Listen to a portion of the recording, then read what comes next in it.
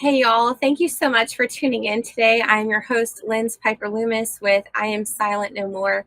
I just want to remind you that if you are tracking with some of the stuff we're doing with America's Future, we're going to be in Wisconsin the end of the month.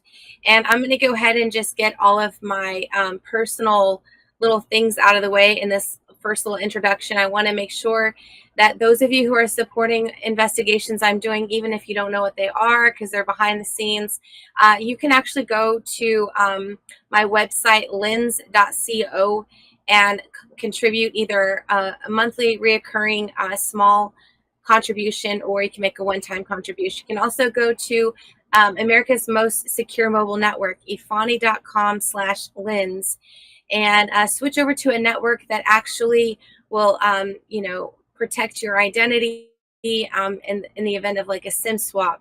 So if you want more information, you can go to the link below, and they will, it'll get you connected. So several weeks ago, I found out about a situation in my own area in South Carolina where a young girl, 12 years old, actually was abducted. And I say abducted because, and I put my own opinion, I had not had any contact with the family or anything at that point. I just basically wanted to correct law enforcement in the area. There was no Amber Alert issued. A 16-year-old male unlawfully took a female across state lines, 12 years old, had groomed her, and then took her. And the family was able to get her back. That's the good news. But the bad news was that no Amber Alert was issued, and they, by their own definition, called her a runaway. But when I went through the breakdown of what the national and the state definition of abduction versus runaway is, and also defined what grooming was, and went through this process, it was not too much later, excuse me, when I was able to meet the family. And so today I'm welcoming the father of Emily Hollis, Kiel Hollis. Thank you so much for joining me today, Kiel. Hey, no problem. Yeah, Thanks. so I'm just devastated by the story, but thankful. I know you guys are still working through the aftermath of what has happened. So today I'm just going to actually hand the microphone over to you. I will ask you questions, of course, but would you like to start out just by sharing what actually happened? The parts that you can share. I know there are some things that you can't share, so I don't want to pry into any of that. But would you like to share with us what happened? Um, so February 16th, which was Sunday, we got up to get the kids to go to church. When we got up, Autumn, my wife, she was getting the kids up. I was walking to the kitchen to make coffee, and Autumn yelled to the front and said, "Hey, Emily's not here." I'm like, "What do you mean?" Like, it was a question that didn't compute at the time. And she's like, "Emily's not here." And I walked to her room, and there was it was like one of her big stuffed animals wrapped into a hoodie, and it just kind of looked like she was there if you looked in at night. And she was like, "Hey, do I need to call the police?" I was like, "I don't know. Yeah, call the police," because we didn't necessarily know. We thought she could have been snuck out and went down to a friend's house, but we weren't entirely sure at the same time. So my wife called um, and talked to the police. The police came by, and while we were talking to the police, um, this a grandmother and a woman close to our age pulled up while I was talking to the police, and they walked out. I was like, "Well, who are you?" "Oh, are you Emma's parents?" I'm like, "I'm Emily's dad." And she was like, "Oh, we're Emma's parents. Emma's boyfriend's parents." It was like, I didn't even know she had a boyfriend. Uh, and they're like, "Yeah." I was like, "Well, how do you know where I live? Like, I don't know who you are. Like, you know." She's like, "Oh, well," the grandma was like, "Well, I dropped her off here last night." I was like, "You dropped her off here last night? I didn't even know she left. Like, we had no idea." And she was like, "Yeah, I picked her. She showed up at our house around 9:30, and then I dropped her off here around 12:30 at night. I wanted to question it, but it was like, they're here, possibly they're helping. I don't know. I'm trying to get with the police and give them directions to her friend's house. She had friends that we knew that had snuck out. Maybe she snuck out and went over there. We had no idea. So I was letting the cops know everything I knew. She pulled them over. The cops, police pulled them over to the side and started talking to them. I guess it would be about an hour or two later. The police pulls us all inside our house and lets us know that they got a hit on the flock system. And the flock system is what the police use to track. One of the ways the police use to track license plates. And they got a hit in Georgia. I think they said that they were heading towards Macon at 16, 95 and 16. They got a hit. So like 11:15 in the morning, we knew that they had left Buford. Once that happened, the police let us know, said, hey, they're out of town. We're going to continue to look at the flock system. If you find out anything, please call us. Call the non-emergency line, give us the case number, and pass us on all the information that you can give us when you get it. We did. I had gotten some information from a friend that we shouldn't have the other family at our house, just in case future, if there were lawsuits or anything, we didn't want, they thought that we shouldn't have them over. So I asked them to leave. And then we kind of just let the police do the investigation, or what we thought was an investigation. We were letting them, Can I pause you just for 1 yes, second? Absolutely. When they told you, so a couple hours had passed, and they said that this camera system had tracked them in Macon. Do you know, even now to this day, or are you able to say if the law enforcement in South Carolina, in Beaufort or SLED, had contacted the state law enforcement in Georgia or in Macon area to look for that car and to pull them over? I have, from what I'm told and from the FOIAs, yes, they did. But I have no idea. With the ordeal that we've gone through, I don't know what's true and what's not. I know that's what I was told, is that the Georgia Bureau of Investigations had been notified, and the Georgia Highway Patrol had been notified.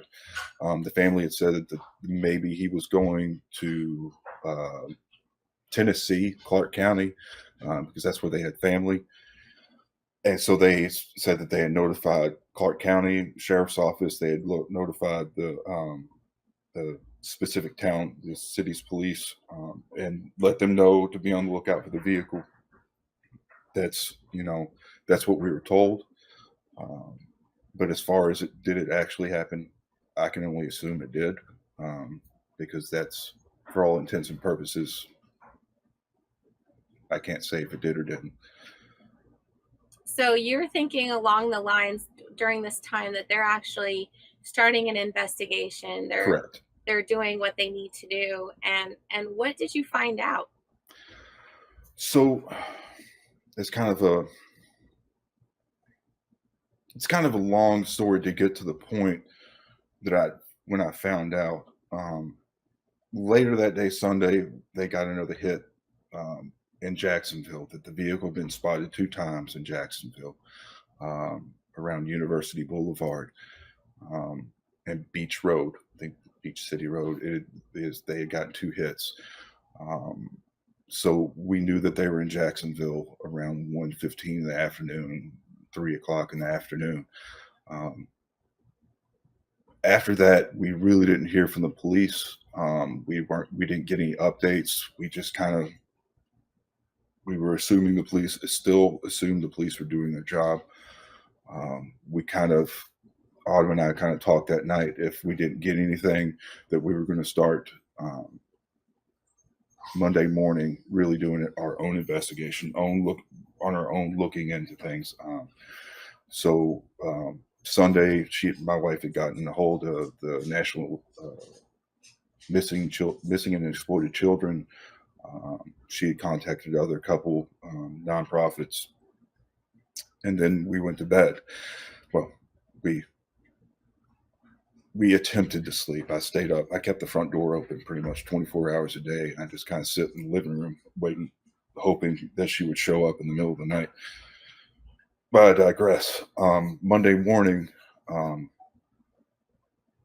there was no flyers on Facebook from the police that Emily was missing or run away or nothing. There was nothing on the police from the police end on Facebook or anything that they had posted. So I called first thing in the morning and asked, "Hey, why isn't there a flyer up on y'all's Facebook letting people know?" And the response is that it's a holiday. It was President's Day, and the social media team isn't in right now, and we're not going to do that. We only have 4 road officers in right now, and that's not something I'm going to do. Wow. I said, that sounds like BS to me. It sounds like an excuse. Should I've used the language? No, but if you were in my circumstances, I think calling BS is the short end of it. And luckily, we know people that know people, and we let them know. Higher ups in the police department and the sheriff's office, we know people that have clout, and about 3 hours later, it got posted. But what led me to believe that they were still investigating is I think at like 9:15 in the morning, I requested an officer to show up to talk to us because calling on the phone, I at least want to see somebody. I want to see a police officer to make me feel like you're doing something.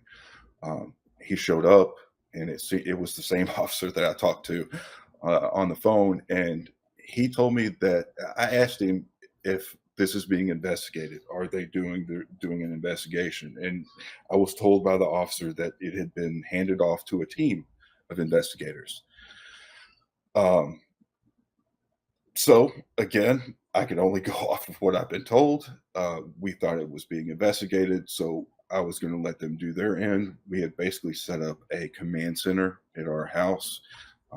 We have some awesome friends that gave up a lot of their time and a lot of their energy to reach out to his friends, his family, doing background checks, trying to find out who this kid is, because we didn't know who he was.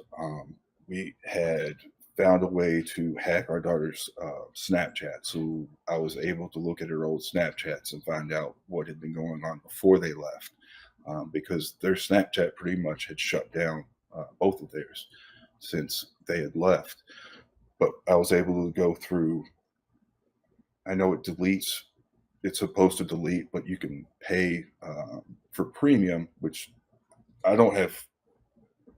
Do this whole thing, I don't have social media, so like I'm learning Snapchat at like fly by night type stuff, and we paid to bring back a lot of the snaps. So we found that they were having sex before they left. We found out that they were doing drugs before they left. I was using that Snapchat to get a hold of her friends on her side, to try to find out if they knew anything. I had talked to her friends' parents, trying to find out things. One of Autumn's friends' daughters were basically getting all the information from the friends. We would get a name, and then we get another name, and then we get another name. We found out that day that he had to use his little brother's email, to contact people. We found out who he was contacting. And all this time, when I'm finding stuff out, I'm calling the non-emergency line and saying, "Hey, here's this name. We know that he's contacting them by this means. These are the people that he is regularly in contact with. These are the people he buys drugs from. These are the people he does drugs with." We're doing we're doing our end, basically doing their job for them, but giving them leads to investigate, since I thought a team of investigators was on this. Later that evening, I think it had gotten around 6 o'clock. We have a lot of this on camera, so that's kind of how I know the time frame. My wife had gotten on the phone with the national the missing and exploited children institute again. We're supposed to get a case manager within 24 hours, and it had been like 26 hours, and I was out front and I heard my wife yelling at somebody on the phone, and I had not been letting her get on the phone because she was distraught and was not being what's the right word, being cordial to people. And I walk in and she's screaming on the phone at this person, and she's like, well, just tell me it's because it's a holiday. Just tell me it's because it's a holiday. And I asked one of the women that were in here who's she talking to, and she told me, and I was like, okay, I'm just going to let this go, because typically I just snatch the phone from her and kind of apologize and move on. She got them to admit that we didn't have a case manager within 24 hours because it was a holiday. We didn't get any. Yeah. So we're going to take just a real quick break okay. and come back to this right after this this moment. Thank you. I hear every day about the products you all wish MyPillow carried. Well, guess what? We probably do. Slippers, bathrobes, pet beds, blankets, mattresses, sleepwear, loungewear, duvets, comforters, pot holders, aprons, oven mitts, and so much more. And they're all on sale. For example, get our best-selling standard MyPillows for only $14.98. Body pillows, $29.98. 6-piece bath towels or kitchen towel sets, just $29.98. Multi-use MyPillow 2.0s with pillowcase, $9.98. Save $40 on our Spring Percale and Giza Dream bedsheet sets. Any size, any color, and so much more. So go to MyPillow.com or call the number on your screen. Use your promo code to save up to 80% on all MyPillow products. And I've never done this before. When you spend $100 or more, you're going to get 2 standard MyPillows absolutely free. I just want to thank Ex American News and my sponsors for supporting me so that I can help bring these stories forward as they can. We don't bring a lot of them forward because it's such a dicey and hard thing. But we're going to bring Kyle back. I'm personally trying not to get angry and, emotional at the same time. I'd probably be like your wife. I can't believe that the National Center for Missing and Exploited Children didn't assign a case manager because it was a holiday. Last time I checked, traffickers and abductors, kidnappers, don't follow holiday guidelines. It was the same thing with the police. They didn't want to put the flyer up because their social media team wasn't in because it was a holiday. And there was never an Amber Alert. No. By the way, guys, we found out there was never an Amber Alert. I said that at the beginning, but they decided to interpret that law, South Carolina and the national, based on their own interpretation. I'm not a lawyer, but when I read through the requirements for the Amber Alert, she was taken unlawfully across state lines. And I just want to clarify something because of rumors. You've had never met Chase before all of this happened, correct? No, I still to this day don't know. I don't know what he looks like except those couple pictures. And from what my daughter says, that's not exactly what he looks like. So I don't. So he didn't spend Thanksgiving with you, and he didn't. There's some other lies that are going around trying to discredit your story. It's actually they're targeting.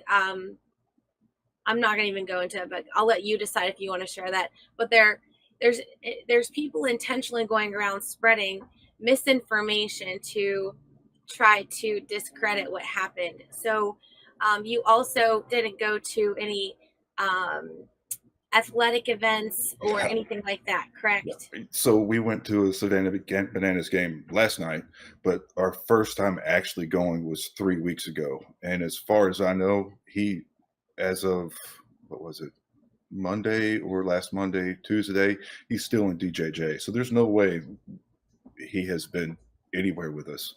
Um, the only way I know he has been to our house is because we caught him on camera sneaking up to my daughter's window. And then we have video of him parking down the street, walking towards our house, and then leaving with my daughter the night he left, and another night also. So Yeah. that's the only way I know. I wanted to clarify that because there's a lot of really stupid people. Yeah.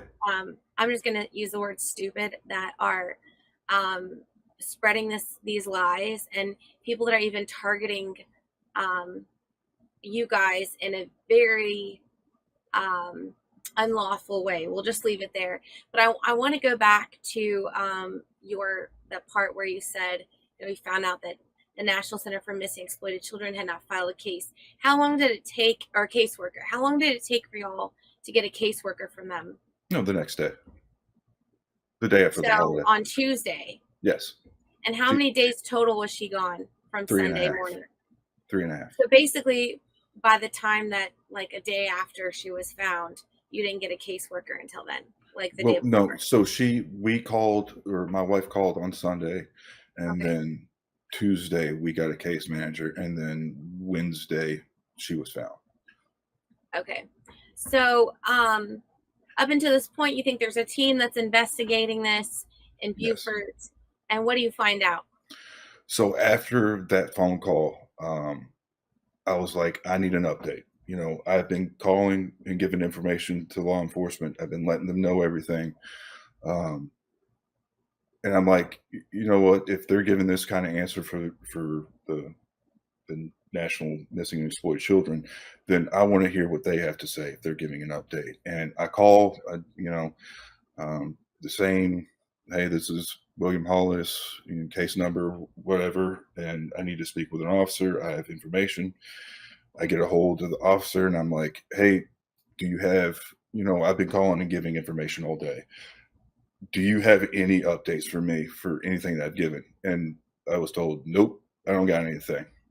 I was like, what are you talking about? He's like, there's no way updates to give you. I was like, well, what about if I told you that this person's done this kind of thing before? Would you have an update?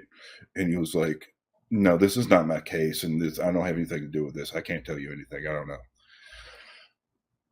I said, okay. I hung up the phone and I called the sheriff's department because I had been dealing with the local Beaufort police at this point, and I had been told this entire time from outside sources, don't use the Beaufort Police Department. You need to be talking to the sheriff's department. So I was like, you know what? I'm going to listen to them. I'm going to call and try to get the sheriff's department involved with this. So I called the sheriff's department. The first person I talked to was an officer or a deputy that said that this takes time. And I said, and my response was, there's a difference between this taking time and not doing anything at all. And there was silence, and I was like, I need to talk to your supervisor. You're not helping. I need to talk to your supervisor. So the supervisor calls. I asked the sheriff's department to take over the case. And he's like, well, let me look at the case, see what's going on. He said he looked at it, and he said that the Beaufort Police Department had done their job, that there was nothing more that the sheriff's department could do than what the Beaufort PD had done, and explained to me if he came out there and he got that my daughter's height, weight, eye color, what she was wearing, that he has done their job. They have done their job, and that the Beaufort PD has done their job, and that there's nothing else that can be done on their end. I was like, so what are you telling me, that I should be in Jacksonville? I should have been in Jacksonville this whole time? He's like, what I'm telling you is that there's nothing more that the Beaufort PD and Sheriff's Department can do for your daughter at this time.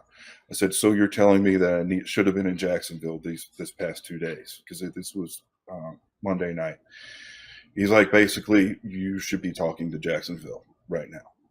And at that moment is when I knew they hadn't done anything. Because during the day Monday, I had gotten a call from my in-laws who went to Jacksonville because they were they were basically going to Jacksonville in our stead because we needed to be here to try to further things along here because I thought Beaufort PD was doing the investigating. And while they were there, they got another flock hit from the same general area around I think it was like around 2 o'clock on Monday. Gave me the road, gave me, the camera number, and gave me the officer that Beaufort PD needed to contact. And I had called as soon as I got it. I got on the phone, did the same old my name, case number, talked to the officer. I said, hey, they got a hit at this area on this camera, and you need to call this law enforcement officer at this phone number so they can get the teletype or do whatever y'all need to do so they can go do their end of it. When I talked to the sheriff's officer, I asked him I asked about that. I was like, when was the last time y'all got a flock hit? When was the last time y'all got a hit? And the only one that he had was the one from Sunday. That were the two from Sunday. Not the one that I had given earlier in the day. So they hadn't even been writing down what I had been giving them. They hadn't even been doing anything with the information that I had been passing on. And I broke. I hadn't broke up until this point. I had been trying to be the rock in the house, trying to be the measured one, trying to keep everybody else calm, keep everybody, kind of focused. And there needs to be emotions, but not too carried over. It was trying to keep everything peaceful and calm. That was the main thing the first day. Be peaceful, be calm. Letting go with your emotions and screaming and yelling and breaking down is not going to fix anything. It's not going to help anybody, especially if you're on the phone with somebody. But I broke. I called my parents. I'm actually getting worked up about it now. And it hurt, like, knowing that everything that we had been doing, not just me, but like there were people in Florida that I was talking to, they were driving around, that the Nixle hits, they had the license plate number, they had the vehicle number, they were driving around in Florida. It was a group of teachers that were driving around. There were individuals that I were talking to on Facebook that were looking for the people that in this house that were going way above and beyond what they should have been doing to help find my daughter. It was like all of it was for nothing. And it hurt so bad. And while I was having my meltdown, one of my wife's friends came over, and there was a officer from Jacksonville, and he told us that you do not need to come to Jacksonville right now. You being in Jacksonville is not going to help anything. It's not going to fix anything. Only thing you can do is get yourself in trouble by looking. What you need to do is to get on the media. You need to call the news. You need to get out there and force them to do their jobs, because the case is out of Beaufort. We can't do anything. The crime started in Beaufort. They have to be the ones that tell us what needs to happen. I had been completely against putting our information out there. I didn't want to go on Facebook. I didn't want to go and put my face out there and put our problems out there for the public to see. But at that point, that was all we had. And that's when the first video came out, where we're holding our pictures and basically saying, please help. We're in our kitchen, begging for help, telling a 2 minute, 3 minutes that we were on about what happened, that we weren't getting any help from the police department. We weren't getting any help really, except from the few handful of people, and that we needed help. That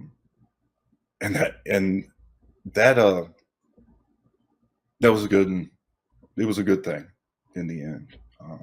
it got the attention from a local city councilman, and it had to have been 30 minutes to an hour after that video got posted. He was trying to get a hold of me, and I talked to him. I explained the situation, and that he wanted to know everything that was going on when it came to the police, when it came to what we were doing, and I let him know, and he was like, "Okay, well, would you be against a meeting with the chief of police with me and just have it sit down tomorrow morning?" I was like, "Just tell me what I have to wear. I don't care." So he called me back 10:30 in the morning, Tuesday morning. I was going to have a sit down with him, the chief of police, the chief of investigators, and the city manager at 10:30 Tuesday morning. And I was hopeful. I was nervous, and I was hopeful because I knew it could go either way with the way that video came out, that that this meeting could either really upset the police because we're airing out their business, or it could be what do you call it? It could be, I was hoping that they would just come in and say, "Hey, yeah, we messed up. We can move on from this." And I would have been like, "Hey, okay, that's great. We can move on." And that's not necessarily what happened. I know we're coming up on a break, so I don't want to get too into it, and because the meeting was interesting. But yeah. Yeah, so when we come back, we'll close out with what happened and how you did find her, and then we also have a video that I'm gonna put in the comments section that we didn't play during this thing, but we'll be right back after the break. Well, hello everybody, it's Amy Cyrus. Welcome to my art studio where all the magic happens. This is the station for painting, and that is the station for all the resin art I do. If you want to check out my art, all you gotta do is go to lutfstudio.com.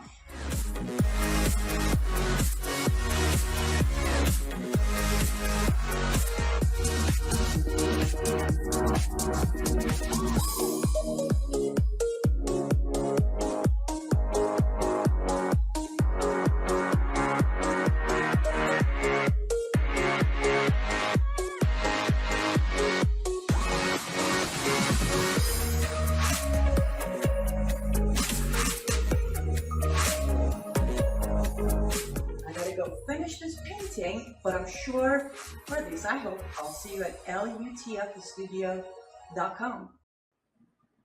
Y'all make sure you go to lutfstudio.com, choose a piece, and type in my first name, Lynz, Lynz, so you can help support the work that I'm doing. Welcoming back William Hollis, Emily's dad. Not Emma, Emily, 12-year-old that was abducted and taken from her home through sexual grooming and then essentially trafficked. So you were talking about your meeting, and I know we've got about, unfortunately 18 minutes or so left, but I want you to tell us about that meeting because it didn't go very well, did it? No. I'll keep the meeting short, but it was so... I knew... I was in the Marine Corps for 10 years, and I had a tumultuous career. So I've met with colonels, lieutenant colonels, generals, sergeant majors. I had to have sit downs with a lot of people.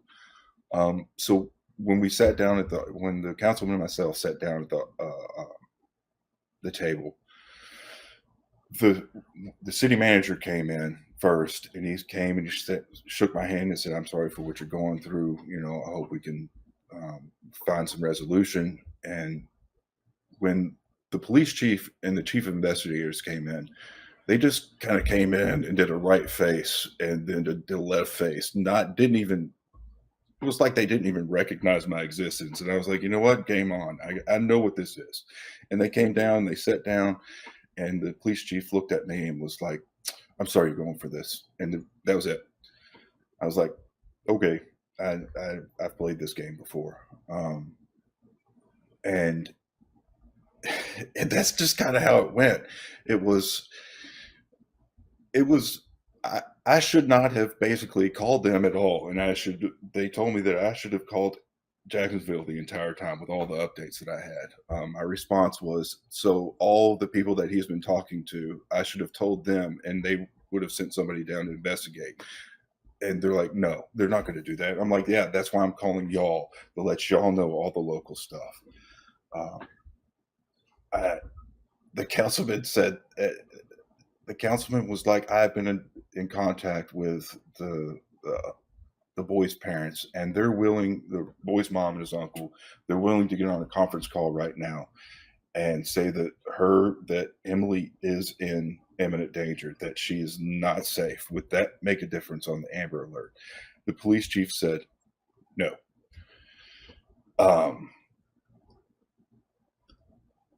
So he didn't put her on the conference call, or put her and his uncle and his mom on the conference call, because the police chief said no, it wouldn't make a difference, even though it had to have been 5 minutes before she said that there's no proof that that Emily's in imminent danger.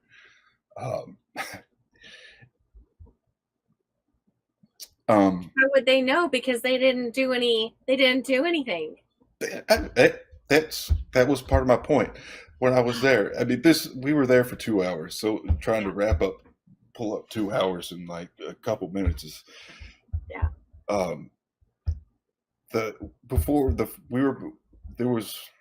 I guess it was probably about an hour in it. I thought we were done, and we're wrapping everything up. And the police chief stops and says, "You know what? I'm going to ask the question that hasn't been asked yet. Why aren't you in Jacksonville right now?"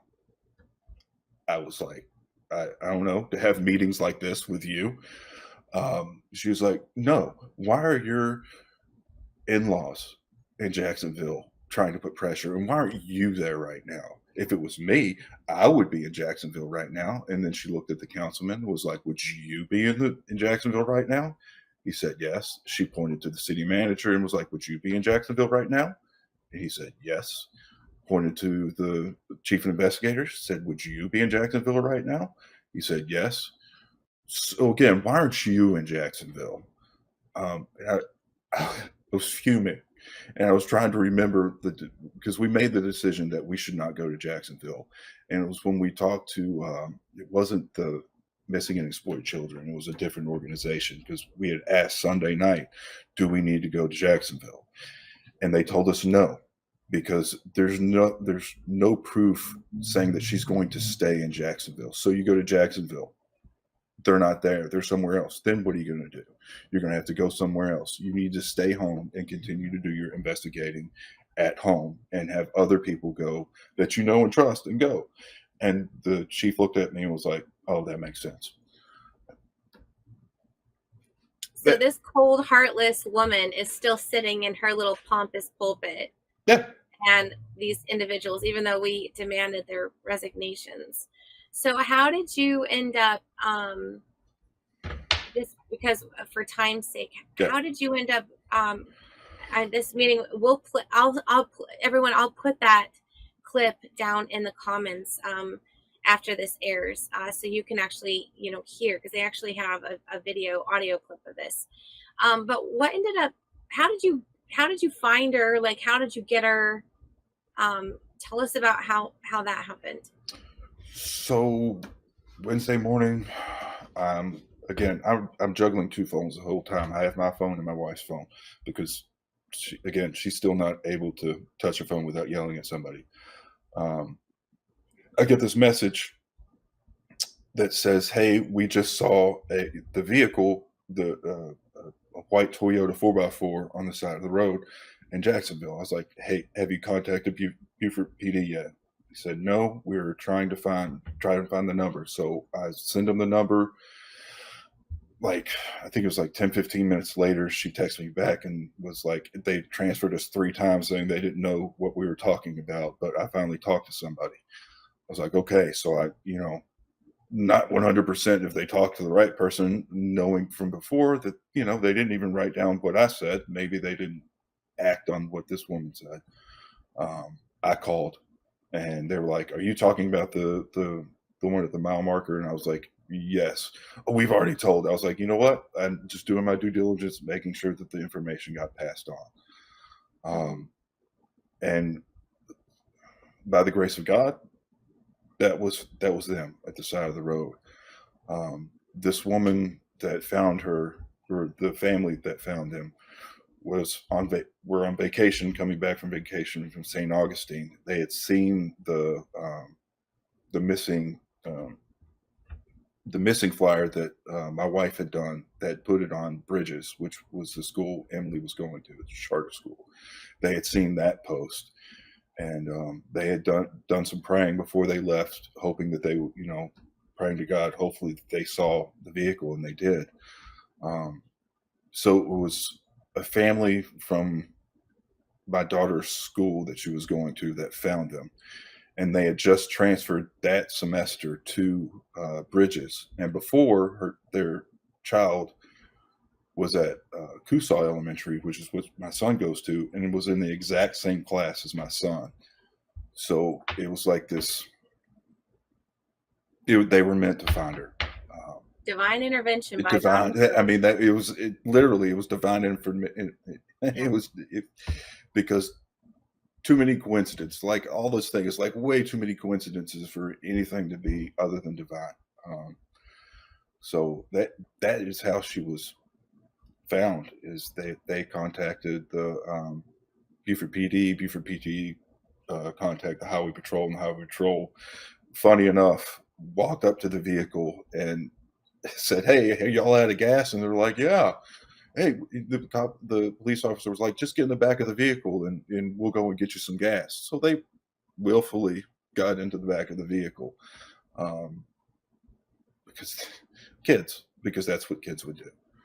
Yeah. So because of the ongoing investigation that you guys are working on, I probably would not, personally, I'm not an attorney, I wouldn't advise going into all the details, but you can say, what can you say about those 3 days that she was missing?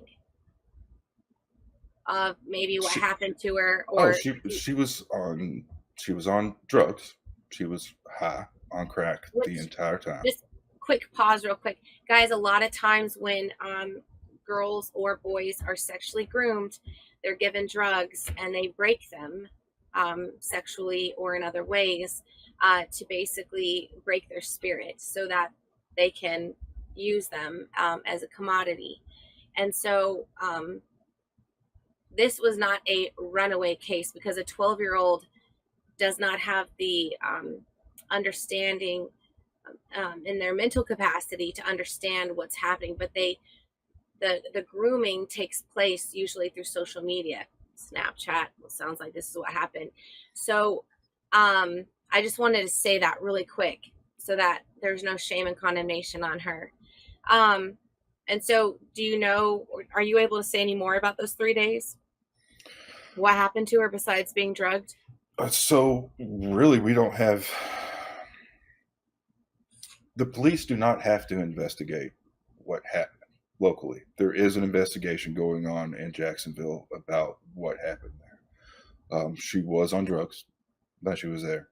She was at a trap house while she was there. Does she remember everything that happened while she was there? No, but she's slowly remembering things. We get snippets that she remembers from time to time. I just know that, when we got the, "Hey, she's safe," from the police, when the police chief called me and said that, they found her, she's safe, she's not harmed and everything like that. And then she got out of the back of the vehicle and I immediately knew she was high as a kite. There was no, like, at that point, the way, like, it was almost like, that's not my daughter. It was like that innocence of a 12-year-old was gone when you looked at her, because that wasn't, that wasn't, it was almost, that wasn't my daughter. I knew it looked like Emily. It dressed like Emily, but it wasn't. It was hard. And you had medical forensic tests that were done. Yes. And at this point, has SLED processed that? Are we allowed to label that with what it is? So The rape kit? we weren't directed to do any of that. We did that on our own. We heard from the police, the local PD, that day when they notified us that they had found her. And we didn't hear from them again for another week. So we took it upon ourselves to go have the kit done. We took it on ourselves to have her drug tested because we weren't getting any direction. We took it upon ourselves to keep her clothes. Like, we still have her clothes in a paper bag in our closet. Like, we were proactive just in case a case did come up and come about from it, because the police didn't tell us to do anything.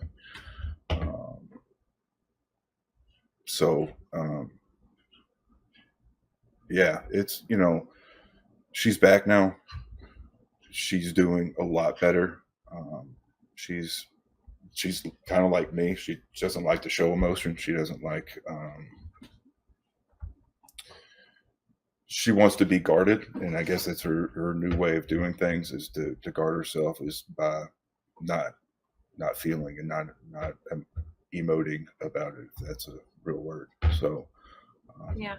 She's got a good counselor now. She's got, she's still doing boxing. We had put her in boxing before, so she's still doing her boxing. She's going to counseling. I've been in recovery for 17 years, so I take her to AA meetings and NA meetings. And she's taking it seriously. So it's, as a parent, it's difficult to deal with, knowing that my 13-year-old daughter is going to recovery meetings with me. It's not something that I wanted to ever have to do. Yeah. But I know it's the right thing to do, if that makes sense. Yeah, I mean, you guys, we just have a few minutes left, but you guys were basically, your community came around you. Yeah. And you guys have done all the right steps in the sense of getting the rape kit done. And, Yeah. People can read between the lines with this and know that she was taken to what you said, a drug house. And there was a lot more to this story that can't be discussed publicly. And so we want to share this message. We have to hop off of here, but she does have an advocate. She is in counseling, and I'm so proud of you guys. I'm so proud of you as a family. I'm happy to know you now personally. And I'm proud of the community that came around you to help you. This police department, there needs to be several firings. There needs to be several people removed from their positions because they absolutely suck. Beaufort County Sheriff's Office, PJ Tanner, Beaufort County Police Department, you guys did not do your due diligence on this. And I can say that as an advocate, I digress. But people can go to the link that's been in the lower third of this program, and you can follow Autumn and Kyle on social media on X. We're going to put the videos in the comment section on X America News and on my Rumble and on my X account as well. We are so thankful that she's home, and I'll be continuing to pray for you. Thank you so much for tuning in. And I'd love to bring you guys back for another segment so we can go a little bit deeper into the call to action since we didn't have time for that today. You guys have a couple of petitions. So absolutely. Thank you so much. Thank you.